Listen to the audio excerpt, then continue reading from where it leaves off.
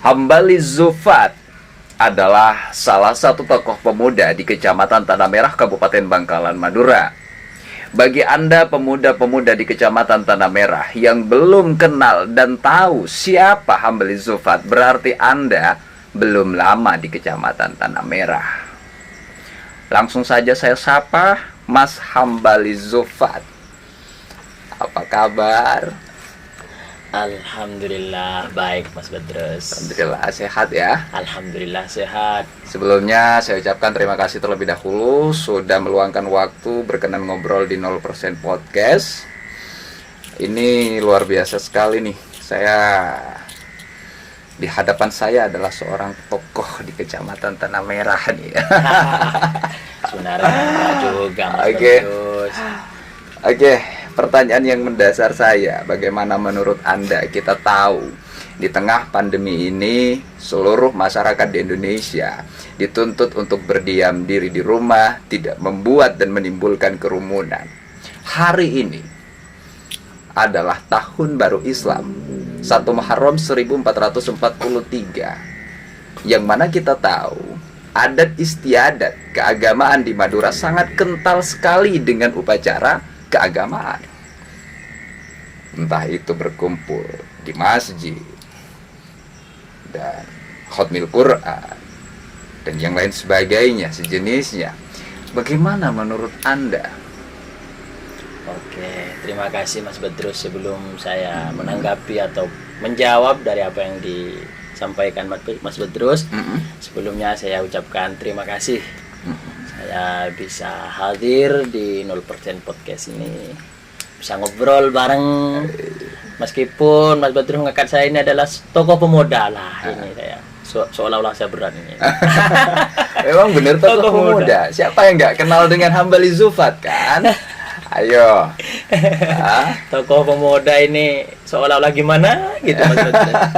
Tapi terlepas dari itu ya, mengenai dari apa yang disampaikan Mas Badrus tentang tahun baru Islam di tengah pandemi ini, ada beberapa hal sebenarnya yang perlu kita perhatikan.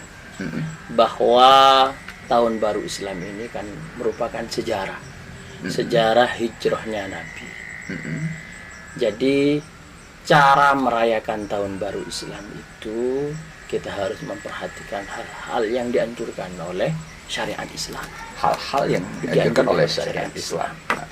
Termasuk banyak hadis, juga banyak anjuran dari para ulama itu bahwa di bulan Muharram ini kita disunahkan puasa, juga disunahkan memberi santunan ke anak yatim, juga disunahkan banyak menghatam Al-Quran sebagaimana yang disampaikan Mas Badrus tadi.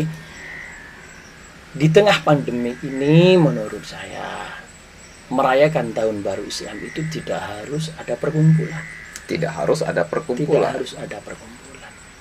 Karena menurut saya merayakan atau tasyakuran atas tahun baru Islam ini adalah, menurut saya adalah yang tidak bertentangan dengan syariat. Tidak bertentangan dengan syariat.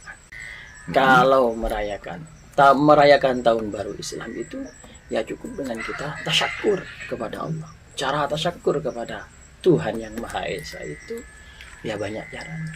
Dengan kita membuat kegiatan di rumahnya masing-masing, dengan cara khotmil Quran tanpa ada kerumunan, 3 orang sampai 5 orang, atau dengan cara kita memberi santunan ke anak yatim dengan tanpa mengumpulkan anak yatim, kita datang ke rumahnya masing-masing anak yatim. Ini lebih mengena kepada anak yatim atau kepada kaum duafa, tanpa mereka dibebani untuk data, mereka tanpa dibebani lelah, kita yang data sebagai apa dari kita itu memang peduli betul kepada orang-orang miskin, kepada anak-anak yatim, kepada kaum-kaum duafa. Jadi cara terbaik untuk merayakan tahun baru Islam 1443 Hijriah di tengah pandemi ini seperti apa menurut saya? Tetap Mas Badrus, tetap kita melakukan puasa yang dianjurkan oleh syariat. kemudian kita memberi santunan ke anak yatim dengan Santunan tanpa anak yatim. mengumpulkan, Mm. karena sudah ada larangan dari pemerintah, tanpa mengumpulkan, mengundang anak yatim. Tapi Jadi door to door ya. door to door, kita yang datang ke bawah. Kemudian merayakan itu kan merupakan tasyakuran, rasa terima kasih kita merayakan itu. Maka merayakan itu rasa terima kasih kan tidak harus kita kumpul, tidak harus kita wow. Wong kita ini terima kasihnya kepada Tuhan. Terima kasihnya kepada Tuhan. Kepada ya. Tuhan. Atas hijrahnya Nabi dalam memperjuangkan agama Islam dulu. Kita jalankan agama Islam, anjuran dari agama Islam ini sudah bentuk terima kasih kita kepada Tuhan dan kepada Nabi dalam memperjuangkan agama Islam. Oke. Saudara Hambali sepakat apa tidak? Jika ada sebagian masyarakat di tengah pandemi ini melakukan kegiatan keagamaan dengan mengumpulkan kerumunan, entah itu di masjid, di musola, sepakat apa tidak? Saya tidak sepakat Dengan alasan tadi itu dengan ya. alasan tadi. Cara kita Tasyakur begitu. juga bukan hanya itu, Mas Petrus. Di tengah pandemi ini sudah ada larangan dari pemerintah untuk melakukan kegiatan kerumunan, ya kan? Kita dalam berwarga negara, kita wajib taat kepada pemerintah. Wajib taat kepada pemerintah. Berarti menurut Mas Hambali, pemerintah ini sudah baik kan? Sudah baik, sudah betul. Walaupun banyak pro dan kontra di masyarakat, pemerintah menyiksa rakyat, pemerintah mengurung rakyat dengan PPKM dan yang lain sebagainya, pandemi belum selesai, berarti kebijakan pemerintah tersebut sudah baik dan sudah betul. baik gitu. dan betul. Tidak melanggar syariat. Kenapa dibilang tidak melanggar syariat? Memang ini demi kemaslahatan. Kemaslahatan ini seperti apa? Kemaslahatan umat. Ini dalam keadaan situasi seperti ini, COVID seperti ini. Kalau masyarakat dibiarkan kegiatannya seperti biasa, maka virus ini akan menyebar, mengancam kesehatan masyarakat, apa itu? Mengancam masyarakat ini akan meninggal dunia. Meninggal dunia. Nah, itu. Sedangkan dalam agama, dalam usul sudah kita ketahui. Kalau dalam sudut pandang agama ya. Dalam sudut pandang agama, dalam usul fikih itu kita sudah diajarkan di pondok pesantren kan, bahwa termasuk tujuan agama itu adalah hibdun nafsi. Hibdun nafsi, hibduddin. Ya kalau menurut saya sekarang ini kan termasuk hibdun nafsi. Menjaga diri manusia, tujuan agama itu. Dan apa yang diputuskan oleh pemerintah ini sudah betul. Bertentangan nggak dengan hukum di agama? Tidak ada yang kebijakan yang dilakukan pemerintah? Tidak ada. Pro dan kontra yang terjadi di masyarakat bahwa pemerintah menyiksa, melumpuhkan perekonomian, mengurung rakyat. Saya kira tidak. Itu bertentangan nggak dengan hukum syariat? Tidak ada, tidak bertentangan. Alasan yang mendasar? Alasan yang mendasar harus logis dok. Iya, kesehatan atau keselamatan jiwa manusia itu memang dinomorsatukan. Di agama pun juga seperti itu. Kesehatan manusia dinomorsatukan. Agama juga seperti itu. Seperti itu. Satu contoh Mas Petrus, satu contoh gampang, secara logis kan? Secara logis. Ya, harus logis dong. Logis. Kita seumpama kita itu mengejar dunia. Ya, benar. Mengejar dunia kan? Sudah jelas kita akan mendapatkan ini. Tapi di depan kita sudah ada hal yang membahayakan kita. Seperti ada macan atau hayawan-hayawan buas yang lain. Kita dilarang untuk mengejar dunia itu, karena berakibat kematian. Okay. Kita sudah mengejar dunia dalam artian sudah cerah, ya, sudah cerah, akan cerah kehidupan kita dengan mempunyai bekal hidup. Tapi ada hal yang akan membahayakan kita, kayak ada macan ataupun ada penjahat yang akan membahayakan diri kita, akan kita tidak boleh. Oke. masuk di situ. Agama membenarkan soal hal itu. Membenarkan. Tapi kalau kita nggak kerja kan nggak makan, Mas. Kata siapa, Mas Petrus? Sekarang ini menurut saya tidak sulit mengatakan orang itu miskin. Nah, Sulit. kalau nggak kerja nggak makan, Mas Hambali tidak sepakat dengan hal itu. Itu gimana logisnya? Nah, begini Mas Petrus. Sekarang itu banyak orang itu kurang bersyukur, Mas Petrus. Saya katakan Banyak orang kurang bersyukur. Yang ada itu orang itu hanya ingin mengikuti hawa nafsunya, kurang terus masalah dunia, kurang terus masalah harta itu. Oke, begini, Dalam begini. agama itu sudah ada, Mas Petrus. Santai aja. Dalam agama itu sudah ada jaminan loh. Apa? Ada jaminan bahwa setiap makhluk yang masih bergerak itu pasti ada rezekinya. Makhluk Yang yang masih bergerak itu pasti ada Ada rezekinya, rezeki. walau tanpa bekerja. Oh enggak, berkasap. Berkasap. Berkasap. Tetapi kita berkasap itu kan dibatasi oleh pemerintah. Ya, tapi Mas Betul, dia Itu betul gimana? dibatasi oleh pemerintah. Bantuan pemerintah sudah ada kan? Oke lah, saya sepakat soal itu, bahwa kita jangan melihat jelek-jeleknya aja lah terhadap Iya. pemerintah. Yang baik juga perlu kita apresiasi, gitu kan. Dan tentunya pemerintah juga menyalurkan dengan baik, kan, gitu ya. Oke. Di samping tahun baru Islam 1443 Hijriah, 1 Muharram, hari ini, kan, sebentar lagi menyambut Hari Kemerdekaan Republik Indonesia, ya kan? Menurut saudara Hambali Zulfat, kalau kita tahu sebelum pandemi itu banyak perlombaan, banyak kegiatan-kegiatan masyarakat yang dapat mendatangkan ribuan massa untuk ikut perlombaan menyambut kemerdekaan. Cara menyambut kemerdekaan 17 Agustus di masa pandemi ini seperti apa? Menurut saya, pertama cara menyambut kemerdekaan 17 Agustus tahun 2021 sekarang ini, karena dalam keadaan seperti ini tetap mengikuti anjuran pemerintah, perintah dari pemerintah yang harus dalam situasi PPKM sekarang ini tetap harus kita ikuti. Masalah merayakan, tetap sumpama dulu ada perlombaan, perlombaan kayak voli, kayak bola, Lari karung, atau dan yang sejenisnya. itu yang dulu itu kan pasti ada kerumunan. Sekarang bisa dirubah.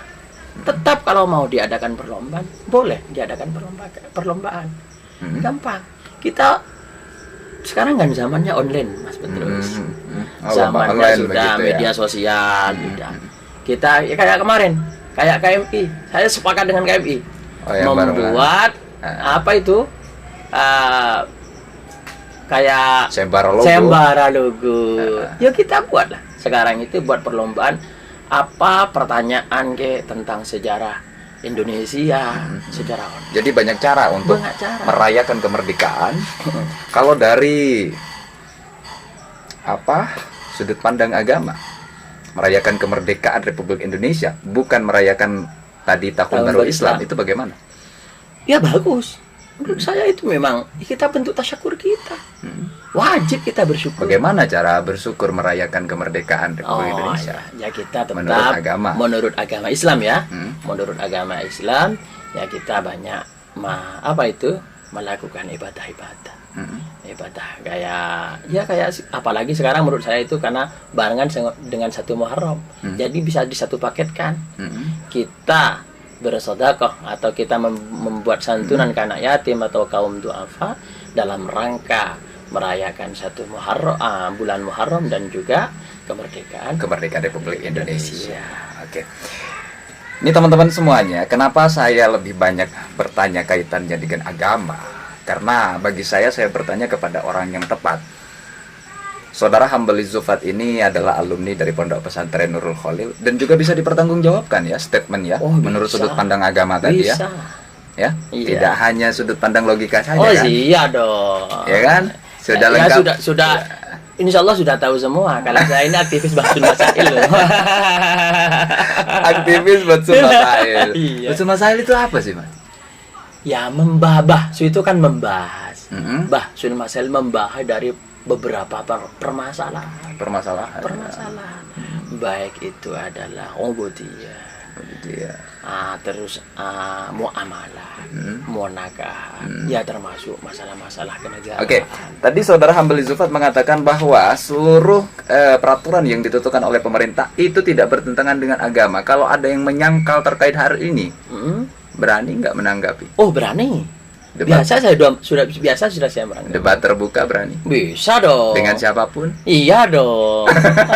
Serius Anda? Serius. Ini direkam loh. Iya serius. Oke. Serius. Berarti teman-teman, menurut salah satu tokoh pemuda dari Kecamatan Tanah Merah ini, apabila ada teman-teman yang kurang sepakat dengan statement yang dikatakan tadi bahwa seluruh aturan pemerintah terkait PPKM ya. PPKM dan selama pandemi ini itu tidak bertentangan dengan agama. Yang tidak sepakat dengan statement ini juga bersedia ya? Bersedia. Oke. Luar biasa sekali. Nanti boleh Boleh. ditanggapi di podcast ini juga? Boleh. Oke, monggo silakan. Tapi gini Mas Badrus. Gimana? Tapi jangan katakan saya ini adalah orang pemerintah ya. Seolah-olah saya agak mendukung pemerintah terus. Tidak. Saya bukan orang pemerintahan. Oh, iya. Bisa dicari track recordnya dari saudara Hambali Zufat bukan dari oknum pemerintah ya, dan tidak menjabat di pemerintahan manapun saat ini. Tidak ada sama. Tapi saya itu mengkaji secara garis syariat. Garis syariat. Oke. Dari kebijakan pemerintah ini ada yang bertentangan atau tidak? Ternyata tidak. Tidak ada. Kalau ada yang mengatakan bertentangan, Saya siap. Soalnya saya kan sebelum ini urusan hukum agama sulit loh, Mas. Loh, saya kan juga biasa. Sebelum Oke. saya menyampaikan statement saya itu, ya saya pasti kaji dulu. Oke. Kebijakan pemerintah oke. seperti ini Oke. secara fikih siasah. Oke. Ini bertentangan apa tidak? Oke. Tapi Terakhir. selama ini saya belum menemukan yang bertentangan. Oke. Dan itu saya berani mempertanggungjawabkan. Oke. Sesuai hukum syariat agama syariat. begitu ya. Luar biasa sekali, alumni Pondok Pesantren Nurul Khalil lah. Luar biasa sekali. Terakhir Mas Hambali, menurut Anda corona ini kapan selesai? Lah. Ada gimana itu? Aduh, gini Mas Badrus. Sebenarnya ya kalau membahas tentang corona atau COVID-19 ini, kapan selesai? Banyak sih masyarakat bertanya kepada saya. Nah, itu gimana? Mungkin bisa dijawab di sini. Kapan? Nah, gitu bahasa Maduranya. Bila cong corona Bila kemarin, corona cong. cong mari cong. Ya saya jawab, ini kan termasuk ujian dari Tuhan. Ujian ataupun memang bala dari Tuhan. Itu dari sudut pandang agama. Ya untuk Dari sudut pandang lain. Untuk selesainya saya jawab gini, untuk selesainya kapan? Ya kita berdoa saja, semoga cepat selesai. Ya, itu. Dari sudut pandang lain ya, pandang lain. Kalau jawabannya hanya seperti itu, saya belum puas kok. Iya, meskipun saya juga yang menjawabnya belum puas kok. Kalau dari sudut pandang lain, Mas Badrus, secara akli ya kata syariat. Akli itu apa? Secara hukum logika. Hukum logika. Ya. Kalau sekarang kata anak-anak sekarang itu, sekarang analisa. Kalau kita itu taat apa yang dianjurkan pemerintah, menurut saya itu nggak mungkin lama lagi. Saya sangat merasakan adanya PPKM ini luar biasa, tekanan di bawah untuk memutus mata rantai, Untuk mempressure ya. mempressure adanya penyebaran COVID ini. Saya kemarin itu ngobrol sama teman-temannya, ada teman itu yang di Pemkab itu. Saya katakan keputusan pemerintah saya ajukan jempol. Pemkab mana itu? Di Bangkalan dong. Pemkab mana? Bangkalan. Oke. Ajukan jempol. Luar biasa. Bangkalan ini dalam kondisi seperti kemarin mencekam itu cepat masyarakat di desa itu cepat pulih. Memang pertamanya seolah-olah tidak, saya sendiri Mas Petrus ini juga kena batu, kena nggak bisa menyicipi makanan, nggak terasa sekali Mas Petrus, seolah-olah mau mati juga ini ya. Langsung mengisolasi diri ya. Isolasi diri. Alhamdulillah itu cepat, 4 hari itu sebenarnya sudah pulih. Tapi jadi kesimpulannya kapan corona selesai? saya kira kalau memang masyarakat ini tertib, mengikuti anjuran pemerintah, saya kira cepat. Ketika masyarakat tertib mengikuti anjuran pemerintah, corona akan segera selesai, begitu jawabannya ya. Oke. Terkait baru-baru ini ramai diperbincangkan sosial media, Bapak Bupati kita yang terhormat Raden Kiai Haji Abdul Latif Amin Imron ini belusukan pakai sepeda motor, saya lihat. Pakai sepeda motor beliau. Iya. Membagikan sembako. Itu bagaimana menurut Mas Hambali? Gini, mengenai Bapak Bupati, saya sebenarnya sangat kagum banget ke Bapak Bupati ini. Luar biasanya Bapak Bupati itu terus seolah-olah meskipun sendiri Bapak Bupati berjuang. Seandainya beliau itu harus sendiri berjuang melawan COVID ini untuk turun ke bawah, memberikan himbauan, memberikan pemahaman kepada masyarakat. Ini Bapak Bupati turun. Bahkan kemarin itu sebenarnya kan nggak harus Bapak Bupati yang memberikan sembako. Ini Bapak Bupati langsung, ini Bapak luar biasa. Bupati langsung begitu ya. Coba. Jadi kagum. Kagum. Dari sebelumnya ada nggak Bapak Bupati yang turun seperti itu di Bangkalan ya? Di Bangkalan nggak ada. Nah sebelumnya kan belum ada pandemi. Iya, untuk memberikan bantuan ada nggak yang turun seperti itu? Bantuan meskipun tidak ada pandemi dulu ada. Ada. Itu saya lihat di videonya berapa menit itu videonya pakai sepeda motor. Pakai sepeda motor. Bangkalan. Turun langsung. Itu perlu diapresiasi menurut Mas. Jelas. Kalau saya bukan perlu, wajib sebagai saya rakyatnya. Jadi jangan hanya dilihat yang teman-teman kan kadang begini, saya juga tidak sepakat sih. Melihat kinerja pemerintah ini yang jelek-jelek saja yang disoroti. Ada persoalan ini ketika yang baik-baik itu tidak diapresiasi kan begitu kan. Itu juga tidak adil juga bagi saya. Menurut saya gini Mas Petrus. Kalau orang itu cara pandangnya lewat hati yang benci, betul, baik pun dianggap buruk. Sekarang begini, kayak kemarin. Saya aja bikin podcast, saya gak mengganggu siapapun. Jago aja. Gitu. Apa itu? Kayak kemarin terus Bapak Bupati turun memberikan sembako, dibilang pencitraan. Kalau gak turun, nanti dibilang gak peduli pada rakyat. Gak ada benarnya. Gak ada benarnya ya. Kalau itu cara pandangnya lewat hati yang benci. Kalau secara kan kita itu harus fair lah, kan seperti itu. Kayak Mas Badrus harus adil lah. Jangan lihat jeleknya saja kan begitu kan. Jadi jika ada persoalan yang belum selesai, ada kasus kayak kemarin, kasus apa begitu kan, itu disoroti ketika Bapak Bupati mau ini ya harus juga kita apresiasi kan. Saya juga bukan orang kepemerintahan Mas. Kayak kemarin Mas Badrus, kayak kemarin contohnya Bapak Bupati sesuai dengan anjuran pemerintah pusat akan membatasi sholat Idul Adha, ya kan? Itu rame di Masjid Agung. Di Masjid Agung. Seolah-olah mau unjuk rasa ya. Saya katakan ada. Saya sampai buat status itu. Saya katakan taat kepada pemerintah itu hukumnya wajib. Taat kepada pemerintah hukumnya wajib. Hukumnya wajib. Kalau misalkan pemerintahnya tidak baik, apakah juga masih wajib?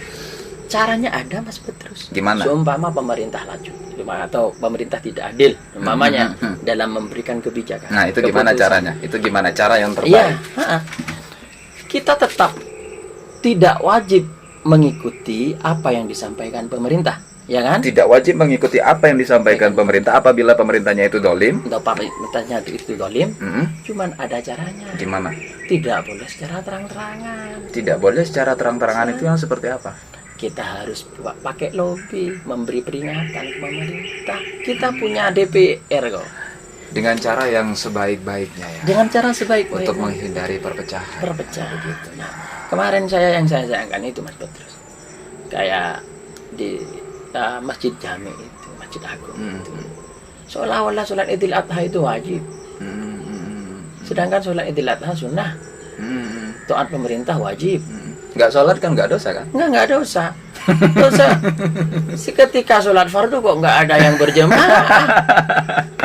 Oke, Ini gimana? Kata teman saya ya kayak itu, kalau orang itu langsung seolah-olah langsung Islam katanya. Oke, luar biasa sekali. Saya panggilnya Mas Hambali. Saya tidak panggil Ustadz ya. Oh iya, enggak. Karena yang saya tahu Mas Hambali ini netral, masuk ke segala lini, ke Ustadz-ustadz, santri-santri masuk, ke oknum lateran juga masuk, ke pemuda organisatoris juga masuk. Jadi saya panggilnya Mas aja kan, nggak salah kan, gitu kan? Mas Hambali Zufat, salah satu tokoh pemuda di Kecamatan Tanah Merah. Bila yang menonton video ini adalah pemuda di Kecamatan Tanah Merah, ingin tahu seperti apa background beliau, nanti searching aja lah, tanya-tanya ke tetangga sekitar. Yang belum tahu berarti belum lama di Kecamatan Tanah. Saya gak berlebihan soal ini, tapi memang betul seperti itu yang saya ketahui. Oke, terima kasih Mas Hambali Zufat sudah berkenan ngobrol di 0% Podcast. Ya. Ini luar biasa sekali. Dan jangan jerah-jerah. Oh, tidak. Apabila ada waktu, kesempatan, waktu kosong, ya, mampir lagi ke 0% Podcast. Siap Mas Petrus. Kita nanti bahas soal lain. Soal ini menarik nih. Saya bertanya bukan kepada orang yang salah bagi saya. Ini aktivis Betul Masail, alumni Pondok Pesantren Nurul Khalil. Jadi kalau saya tanya soal keagamaan, saya rasa saya tidak bertanya kepada orang yang salah. Ya, tidak. Dan juga harus dipertanggungjawabkan. Oh iya, ya kan? jelas dong. Kalau ada orang yang menyangka juga harus siap kan? Siap.